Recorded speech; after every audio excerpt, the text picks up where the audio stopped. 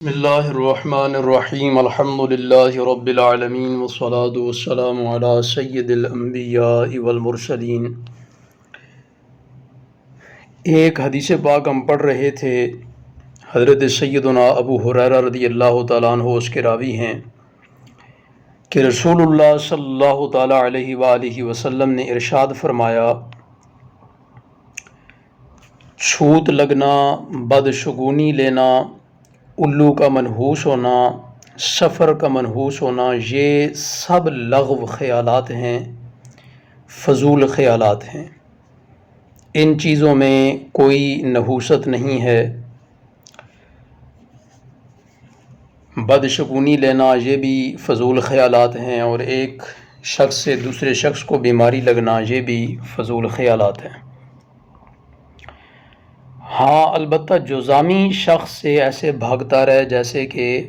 شیر سے بھاگتا ہے، تو اس کے متعلق گفتگو ہوئی تھی، ساری چیزوں کے متعلق۔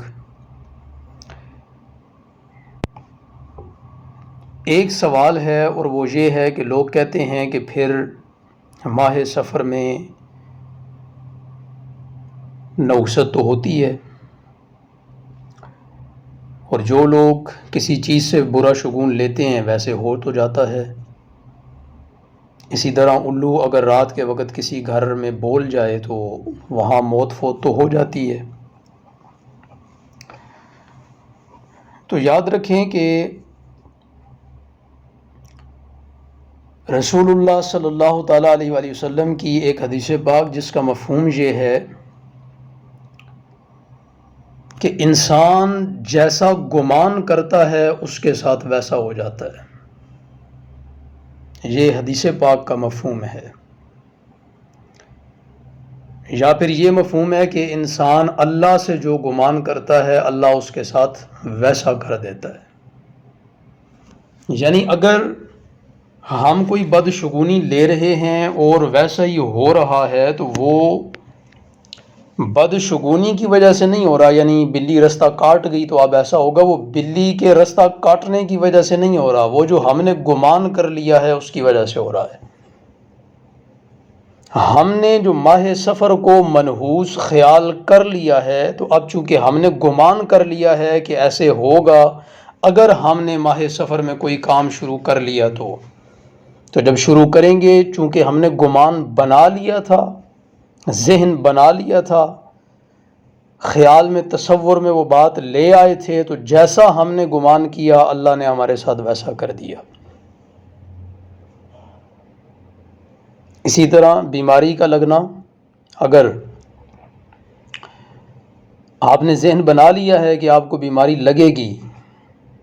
تو پھر بیماری لگے گی، کیونکہ آپ نے گمان کر لیا ہے۔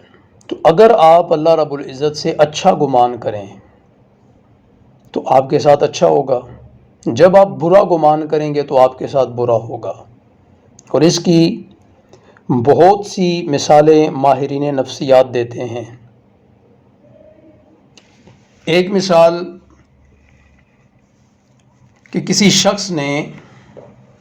اپنے ایک دشمن کو کہا کہ میں تم پہ کالا جادو کروا دوں گا، یا اس نے اسے کہا کہ میں نے تم پہ کالا جادو کروا دیا ہے اور ان قریب تمہاری موت واقع ہو جائے گی۔ تو وہ شخص بیمار رہنے لگا، ہاسپٹل ایڈمٹ ہو گیا، دن بدن اس کا جسم جو ہے وہ لاغر اور کمزور ہوتا جا رہا ہے۔ تو ڈاکٹر کو یہ بات پتہ چلی کہ اسے جب سے اس کے دشمن نے یہ کہا ہے کہ میں کالے جادو کے ذریعے تمہیں مار دوں گا، تمہاری موت واقع ہو جائے گی، تب سے اس کے ساتھ یہ معاملہ ہے۔ تو ڈاکٹر نے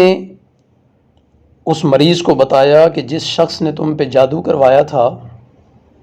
اس نے ایک زہریلی چھپکلی کسی طریقے تمہارے پیٹ کے اندر داخل کر دی،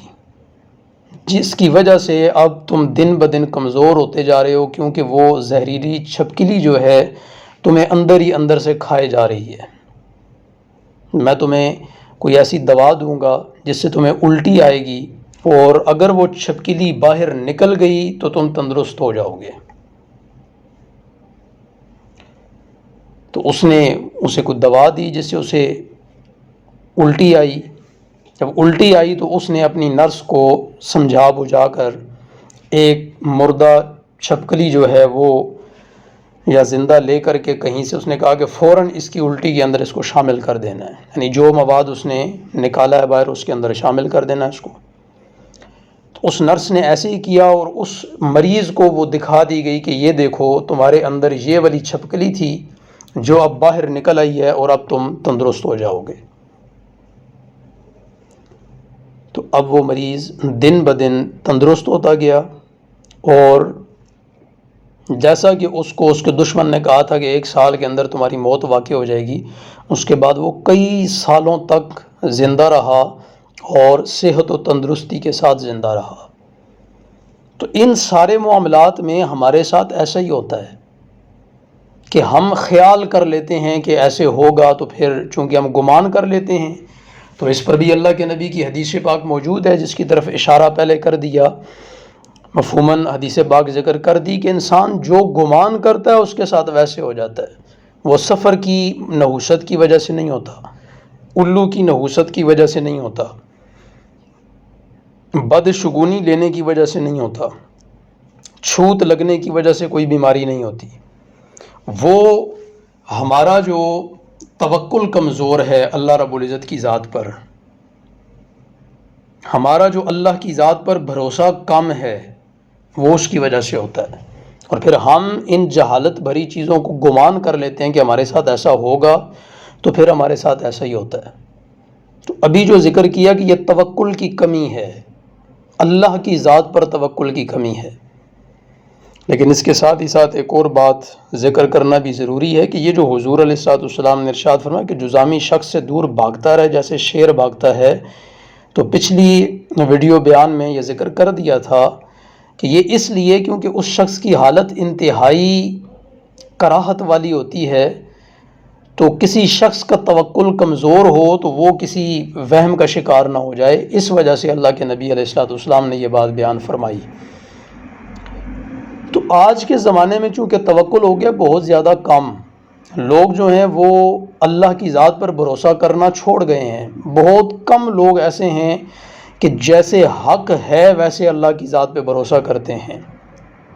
تو اب اس صورت میں، ان حالات میں، اگر کوئی شخص آپ کو کہہ رہا ہے کہ مجھے زکام ہے تم دور ہو جاؤ، یا کسی اور کو زکام اور وہ سے کہے کہ تم مجھ سے دور ہو جاؤ، تو ہم لوگ کرتے کیا ہیں کہ جب اگلا کو منع کر رہا ہوتا ہے تو ہم مزید اسے جا کے جفی ڈالتے ہیں کہ کچھ نہیں ہوتا. آپ کو کچھ نہیں ہوتا ہوگا لیکن اگلے کا توکل کمزور ہے، اس لیے اس کو جانے دیں، وہ جیسے کہہ رہا ہے اس کو کرنے دیں.